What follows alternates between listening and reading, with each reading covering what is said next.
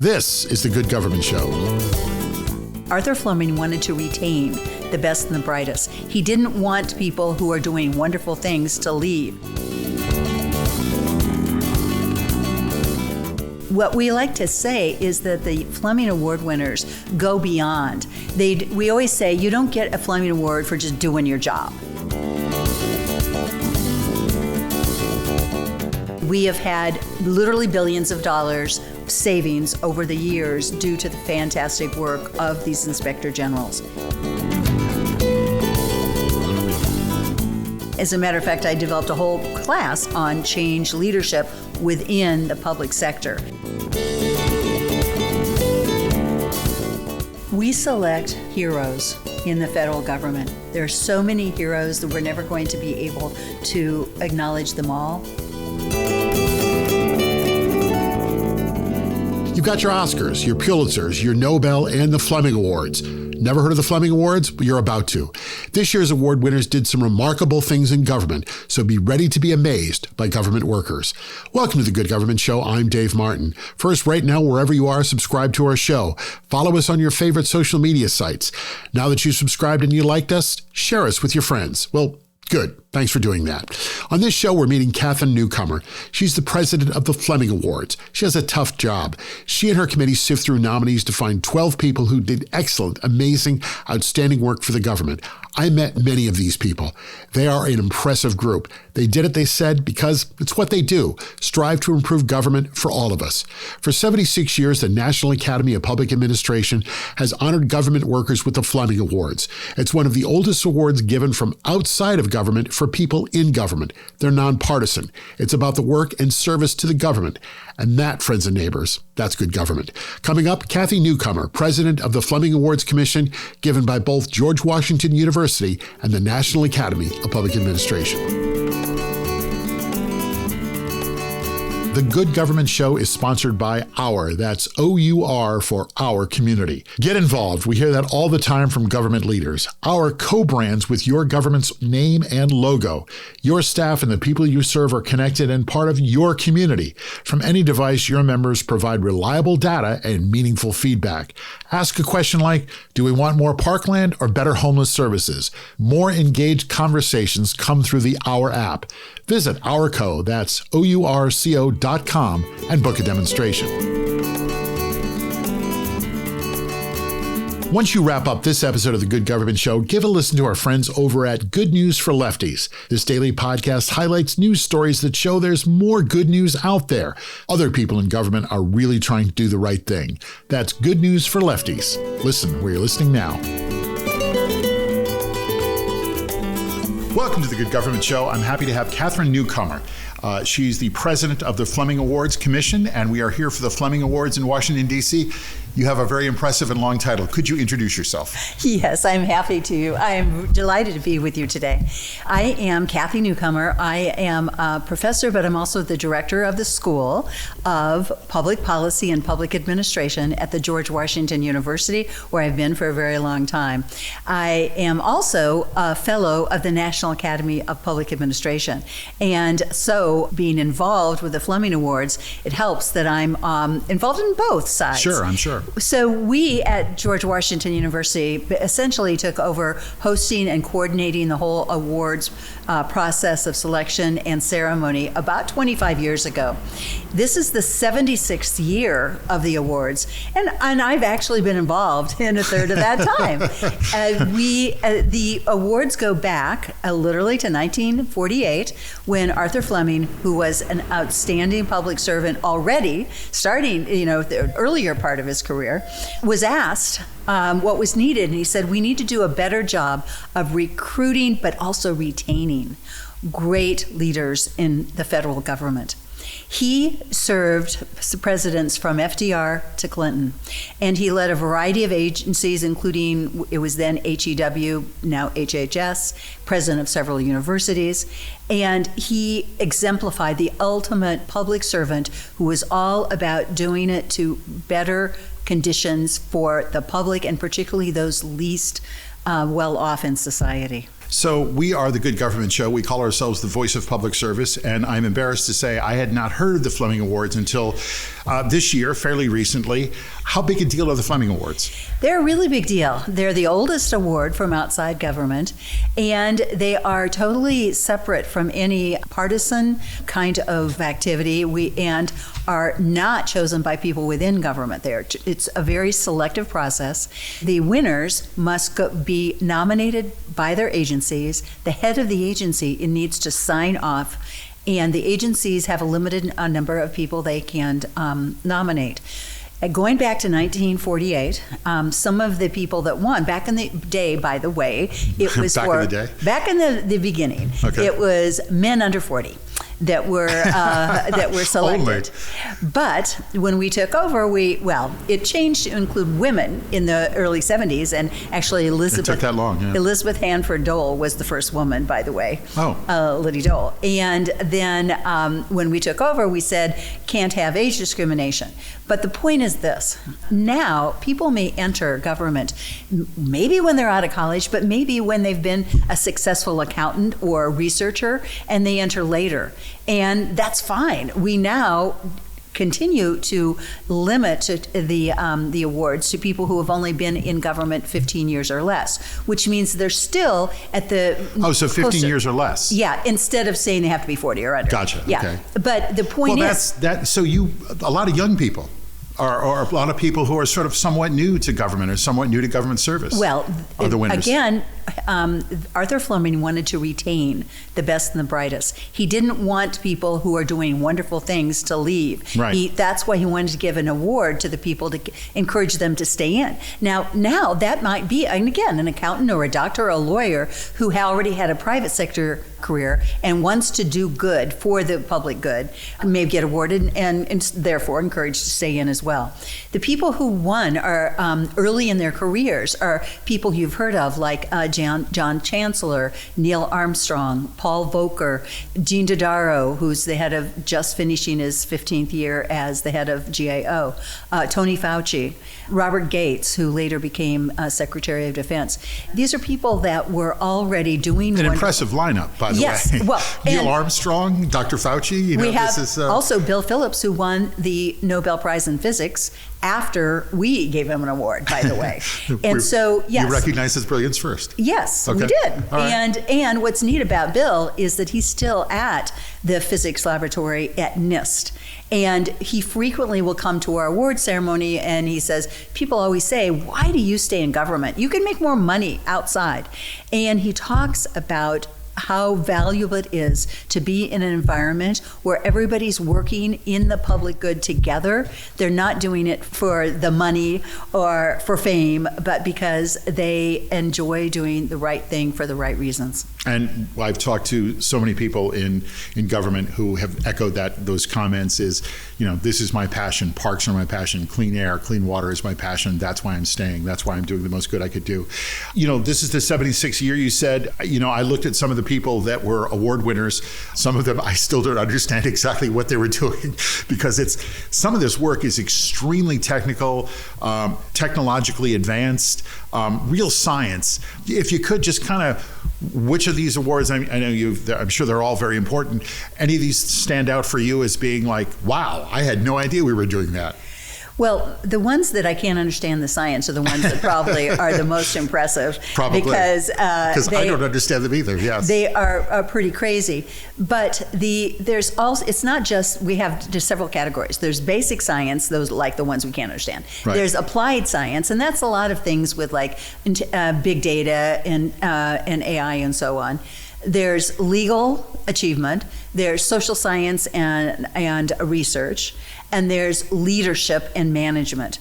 And many times you can understand the leadership and management, but yes. There's also important leadership roles that people take within science organizations because, for example, they're leading a task force that include people from a variety of agencies and other countries as well to do really good things. And sometimes we can actually understand what they're trying to do. For example, last year, someone came up with a better way to test the existence of diseases by by test of water in the rivers in a locale, for example. Okay. So advances that make things easier and cheaper to accomplish for things that we want to do. The woman from the Indian Health Service this year, for example, has an amazing origin story. Her mother told about being on the reservation and carrying big, gallon jugs of water to be able to have fresh water when she was young. That woman now is in a position where she can affect the access to clean water on Indian reservations across the country. And by just putting her head down and working and realizing from her firsthand experience the needs out there, it's pretty incredible. I think I read that her mother would leave a note on the kitchen table and say, "Don't drink the water today." Yes. Yes. Yes. And now apparently she's turned into quite the government recruiter as well. Yes. Yes. So we will be talking with her. When you read through these, are you what's your reaction when you see some of these applications? So what's interesting, as I mentioned, there are 3 different levels of judging.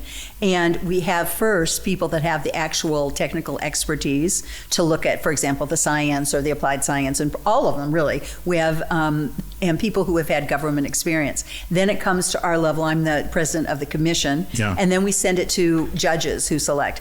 And it's hard because there's so many good people. It's hard for them to select and narrow to just 12. We try to have how many do you start 12. with? Oh, well, it depends. Every year it varies. But remember, the agencies are limited to how many they can nominate. Right. There's also is it 100 or 50 that you have to cull through? More like 50. Okay. To get 12, and it varies. But that from year to means year. that there's 50 people in the federal government who are doing incredible work. Oh, there's probably hundreds we could hundreds. Yes. Because but for the purposes of the Fleming Award, there's at least 50. Yeah. Well, because there are some agencies that never get around to nominating. Oh. I think that the thing is there are awards within government, the Presidential Rank Awards and so on, where within the agencies they're used to nominating for that. Okay. But it's hard for them, like you didn't know what the Flemming Awards were. There's still a lot of people Thanks for bringing that up again. that don't know what they are either. Yeah. And that's why we're always trying to get more visibility,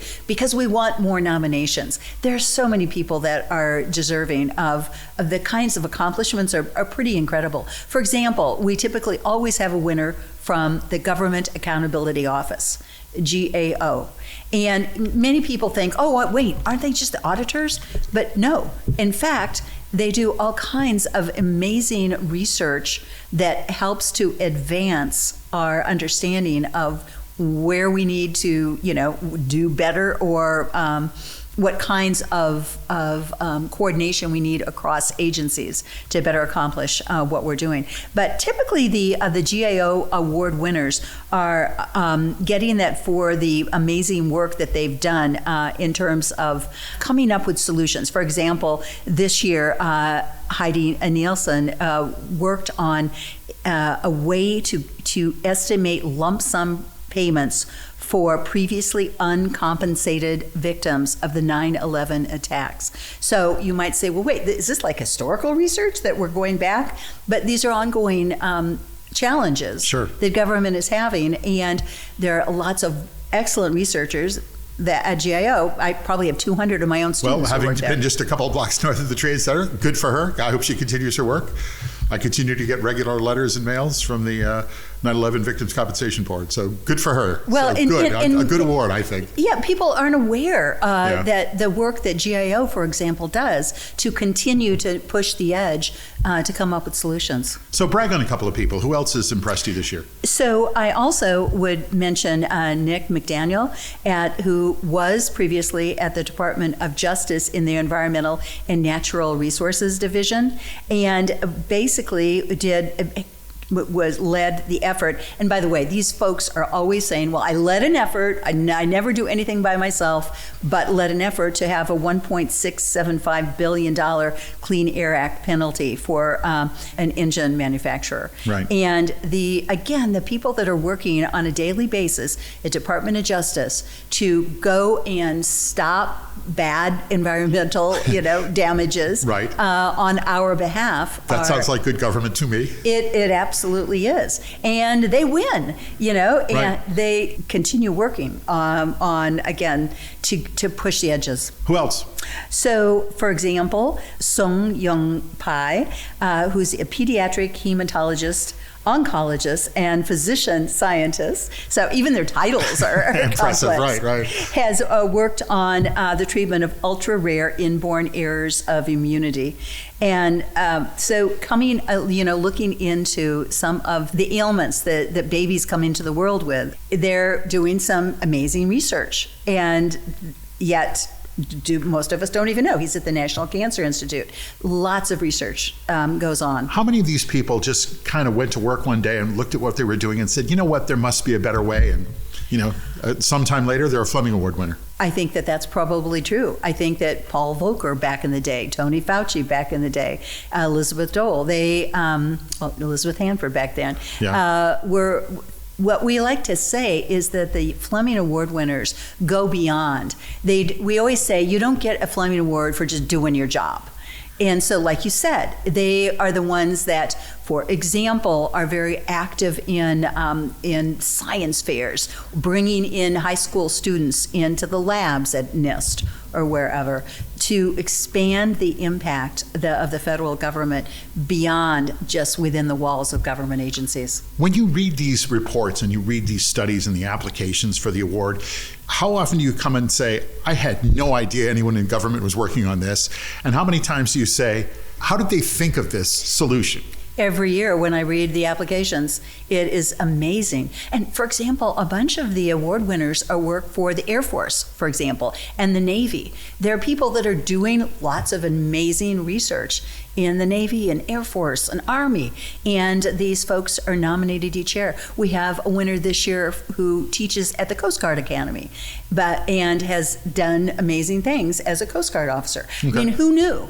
Who knew that that there's research in the public interest that's going on in places that you didn't even, think. As president of the Flemming Awards Committee, is there something that sort of unites all these people together, all these award winners? Clearly, it's the commitment to the public service and to democratic governance and to stay making sure that we have the best possible government to serve the public. We're here in Washington, D.C. We're recording this in November. A rough time in federal government. This is the first time that we have ever celebrated the Arthur Flemming Awards during a government shutdown. And in fact, a month ago, I was running around like, are we going to do it? Are we going to do it? Should we cancel? It's been extreme. It's a very stressful time. Does the Flemming Awards, should it be something that should give us hope about government? Absolutely. All of these winners and the winners from all of the years before continue to do this outstanding work for the public interest, despite what's going on outside, despite the arguments that are going on, whether it's in the Senate and the House and spillover. They continue to put their heads down and work. The folks in the physics lab at NIST are not concerned about what's going on. They just continue to do the work. I want to get into we asked a series of questions of all of our guests. Before I do that, there's two things I wanted to ask you about. Apparently, you've published 10 books. One of them is U.S. Inspectors General, Truth Tellers in Turbulent Times. Funny you bring that up. Funny I bring that up. Yes. Yes. What do we need to know about Inspectors General? So Inspector Generals, my book is about, along with Charlie Johnson, an excellent political scientist from Texas A&M, our book basically tells everything you want to know about federal inspector generals. They do have them in other levels of government, but they perform an amazing role to improve government agencies' work by looking for ways to improve systems and reduce fraud, waste, and abuse by coming up with solutions that may be changing processes, but also maybe getting rid and prosecuting of bad contractors who are doing things in a fraudulent manner. They have a unique role because they answer to both the Congress and to the president. So, as many have said, they walk a barbed wire fence between the two, because should they be perceived to be too pro one either the Congress or the White House, then they lose their credibility. We have had literally billions of dollars savings over the years due to the fantastic work of these inspector generals. And as I said to many reporters back in December, that it is very, very sad day for America that the attack on the inspector generals has gone on, and so many have been fired. And most recently, their organization, SIGI, was removed. And without them, what does that mean to government? We don't have people that are constantly working to try to improve the processes, contracting, for example, reducing fraudulent behaviors in government, and it makes me very, very concerned.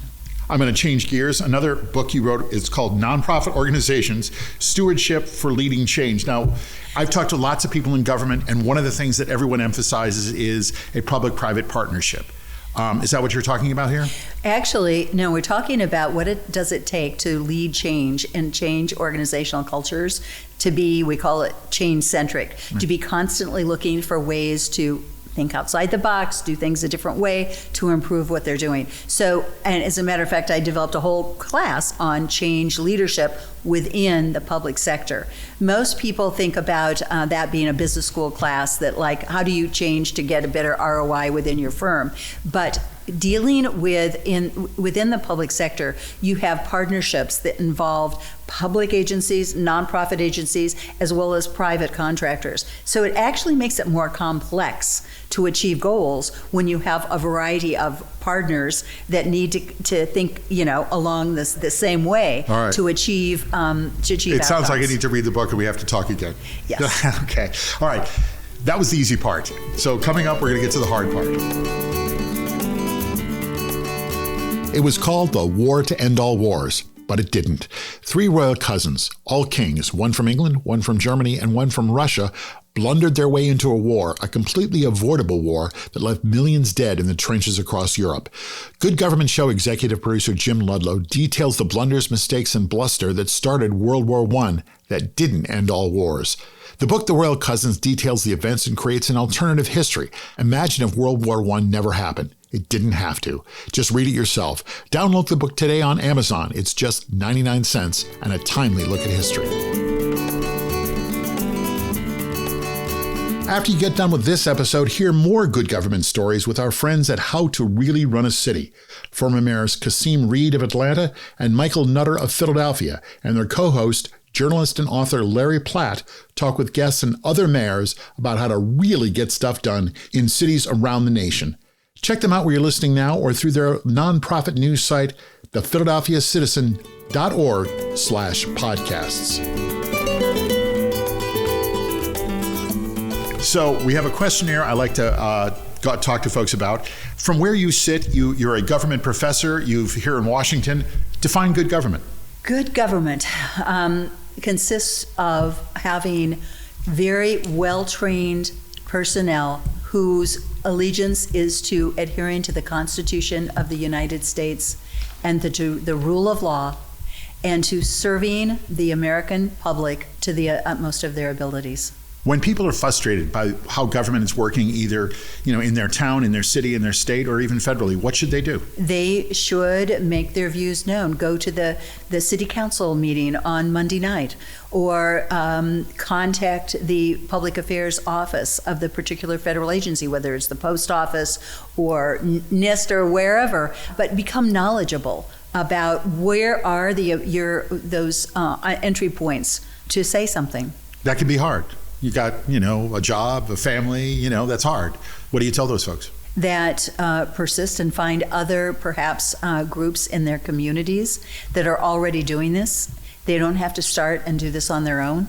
There's lots of interest, good government groups, so to speak, good government interest groups that are out there, and find an affinity group that, for example, what are you interested in? The environment? There's lots of groups that you can go to that are already trying to make their views known to government agencies. What drew you to this world of public service? I was very fortunate to get a job in the public administration department at the George Washington University 40 years ago. Yeah. And I'm a political scientist and I'm interested in how government works. That's what I went to graduate school for. And I was able to teach students here in the nation's capital that want to work in the public interest. I couldn't ask for a more rewarding career. Who inspires you?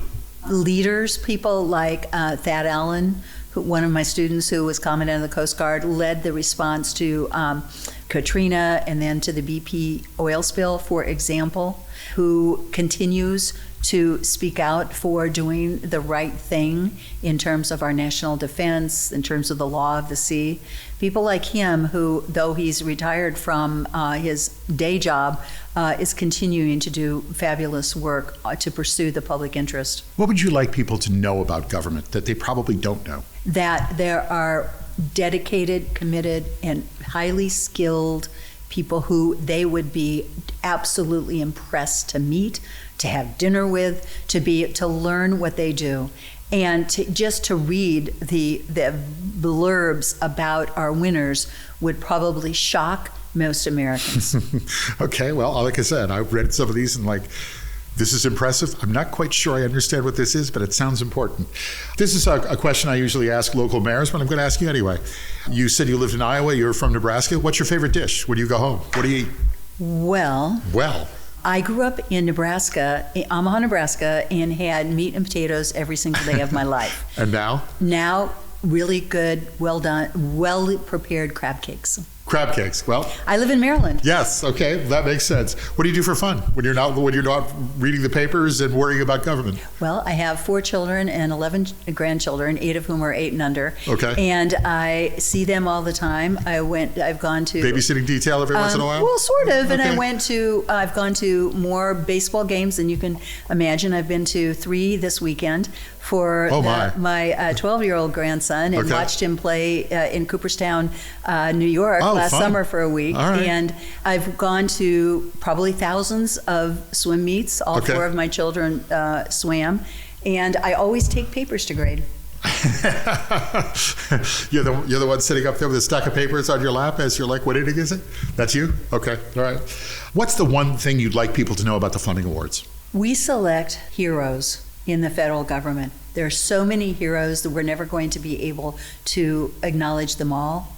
But the fact that we already have acknowledged over 700, that any young man or young boy or girl could aspire to be heroes like them. This is called the Good Government Show, and I always end this with good government. Tell me about a good government project that through the Flemming Awards that you saw that you went, wow, this is the one that this is the impressive one. Wow. I'm putting you on the spot. Is there something that you just, when you said this and you went, looked at this and said, this is what government service is about. This is the one I'm going to use as an example in my class. The Indian Health Service is something that probably most Americans have no clue exists. And the fact that they are still continuing to push forward and to figure out what kinds of better services and better ways to improve the quality of life of our Native Americans, maybe perhaps tugs at my heartstrings the most. Kathryn Newcomer, the president of the Flemming Awards Commission, given in conjunction with the National Academy of Public Administration and a professor at the Trachtenberg School of Public Policy and Public Administration at George Washington University. Thanks for coming on the show. Thank you. Thank you. Want to hear more about good government? Check out another show I host, Leading Iowa, Good Government in Iowa Cities. I host the show with Brad Kavanaugh, mayor of Dubuque, Iowa, and the immediate past president of the Iowa League of Cities. Together, we talk to leaders in Iowa cities. We talk about what works and what good government looks like in Iowa. Join us right here where you're listening now. That's Leading Iowa, Good Government in Iowa Cities.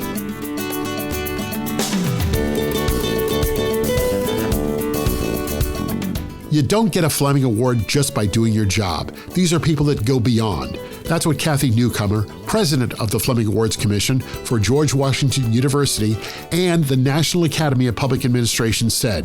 They put their head down, they do the work. They don't always worry about which party is in office, which party's in charge. For the most part, these are the people you don't see in government, but they do the work, they get the job done, and more important, they advance government, they advance science, environment, Good government. Well, that's our show. Thanks for listening. Please tell your friends about good government and tell them about our show. Don't forget to review us and check out our website, goodgovernmentshow.com, for extras. Help us keep telling stories of good government in action everywhere. Join us again for another episode right here. I'm Dave Martin, and this is The Good Government Show.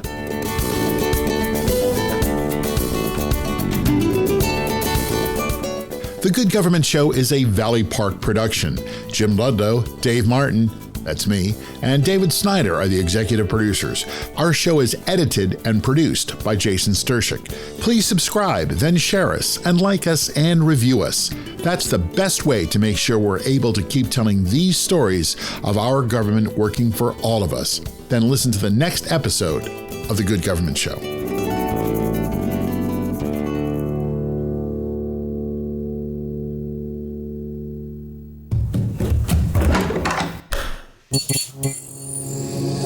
This podcast is part of the Democracy Group,